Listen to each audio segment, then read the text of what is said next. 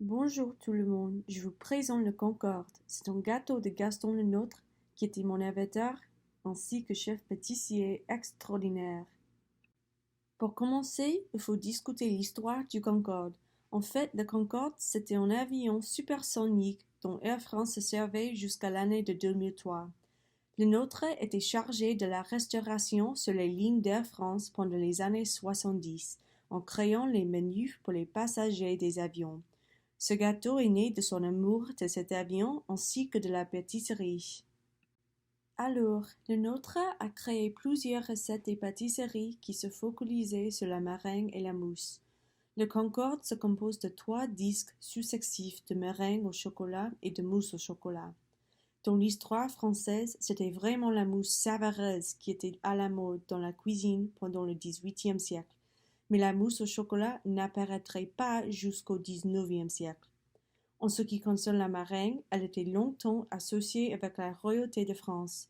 La femme de Louis XV, Marie, a introduit la recette de ce dessert aux cuisines royales de Versailles, et la meringue était désormais une spécialité royale. Et bon, pour ma recette, j'en ai comparé plusieurs et à mon avis, elles étaient plus ou moins pareilles. Alors j'en ai choisi une qui avait 5 étoiles et dont les instructions étaient claires.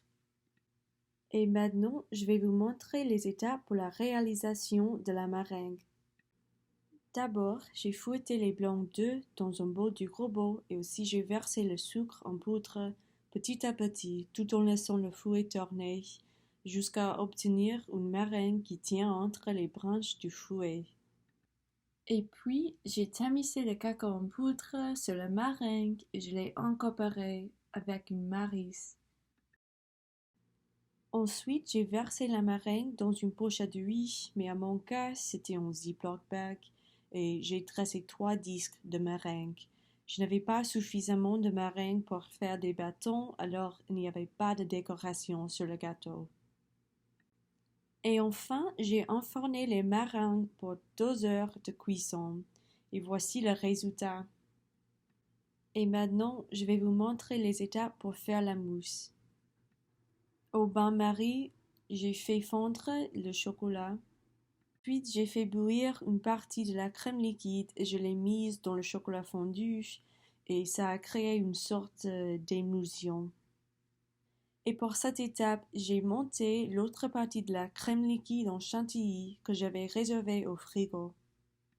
Et finalement, pour faire la mousse, j'ai incorporé la crème montée très délicatement dans le chocolat fondu. Et pour la dernière étape, c'était l'assemblage. Donc, j'ai posé un disque de meringue sur le plat et j'ai étalé une partie de la mousse et je l'ai répété 2 fois. Et voici le produit final. C'est bon, c'est bon. C'est bon. Et voilà, comme mon frère et bébé Zahara Benet ont dit, le goût était très très bon. Le chocolat était riche et pas trop sucré, malgré tout le sucre en poudre qu'il fallait ajouter. Et pour le parfum, c'était pas très fort, c'était surtout le parfum du chocolat. Et pour la texture, c'était la chose la plus importante à mon avis. Elle était douce et lisse et bien crémeuse, c'était vraiment comme un nuage. Et finalement, je vais partager mon bilan. Donc, parmi les échecs, il y en avait beaucoup, beaucoup, beaucoup. J'ai totalement raté la première meringue, comme vous pouvez voir dans la vidéo, parce que j'ai ajouté le sucre en poudre trop vite. Et aussi, je n'avais pas de poche à d'huile et donc je me suis servi dans un Ziploc bag, ce qui n'a pas très bien marché. À cause de ça, je n'avais pas assez de meringue pour faire la décoration et donc j'ai utilisé des copeaux de chocolat. Et pour mes réussites, j'ai réussi à faire une vraie meringue française. Je n'avais jamais fait un mets fin comme ça et c'était une texture que je n'avais jamais rencontrée avant. Et pour mes découvertes, il faut faire cuire la meringue pour plusieurs heures à une température plutôt basse pour avoir une bonne texture. C'est ce que j'ai appris. Et voici mes sources. Merci beaucoup pour un très très bon semestre.